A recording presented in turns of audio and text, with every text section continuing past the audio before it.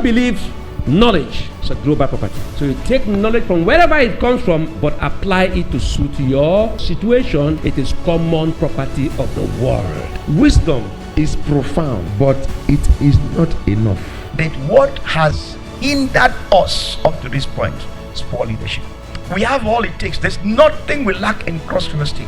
The university cannot change you except you don't know what you went there for. But you know what? The world is better when we are cooperating. There is no man with a vision of things. There's nothing bad starting from a locality.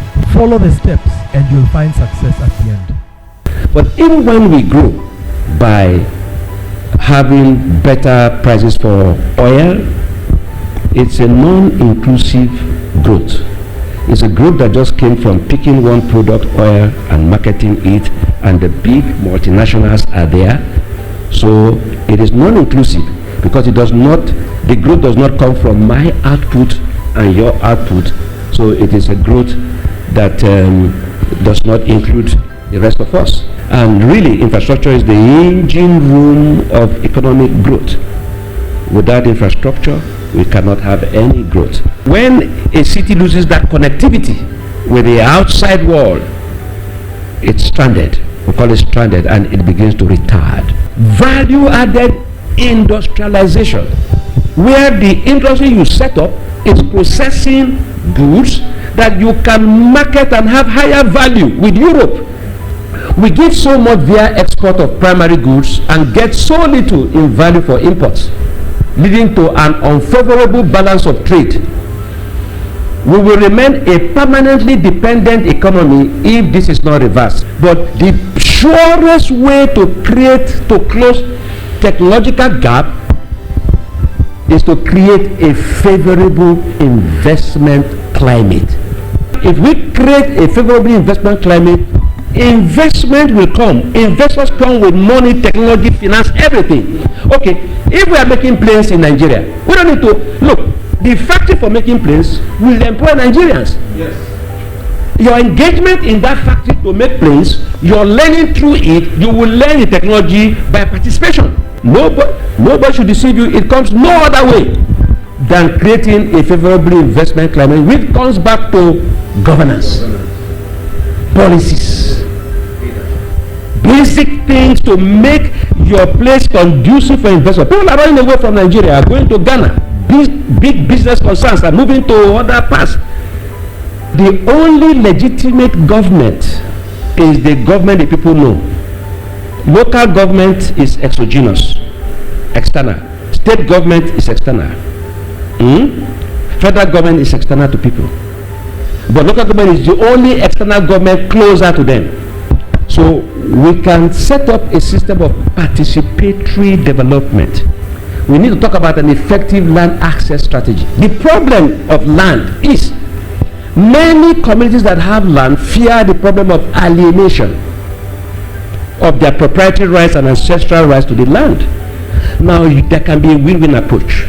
But there are many people with resource capacity who cannot invest because there is no clear policy to enable them have land in a way that does not alienate the people, in a way that the people can have a sense of belonging. At the same time, these investors have guaranteed access.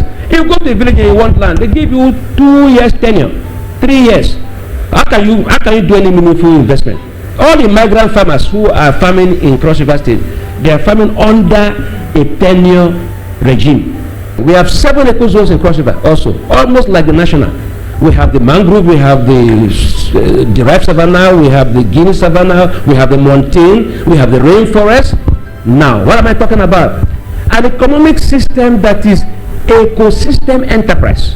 What do I mean? You are going to use what you have to get what you don't have. You have forests, you have biodiversity, you have everything. Okay? If you have been so forested and you just take honey, for example, just take one product, honey. You don't even need to clear the forest, just one product.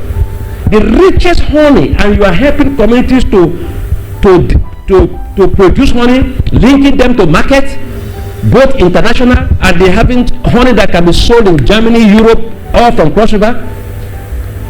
In Kenya, they are exporting butterfly. and making good money.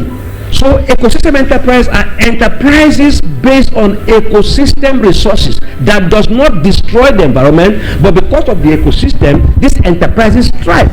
So investing in ecosystem enterprise means that, plus apart from agriculture, our forested people can make money from mushroom, money from snail, money from just every ecosystem product, and make them one of the richest people in Africa. I believe knowledge is a global property. So you take knowledge from wherever it comes from, but apply it to suit your situation. It is common property of the world. Wisdom is profound, but it is not enough. But what has hindered us up to this point is poor leadership. We have all it takes. There's nothing we lack in Cross University. The university cannot change you except you don't know what you went there for. But you know what? The world is better when we are cooperating. There is no man with a vision of things. There's nothing bad starting from a locality. Follow the steps and you'll find success at the end.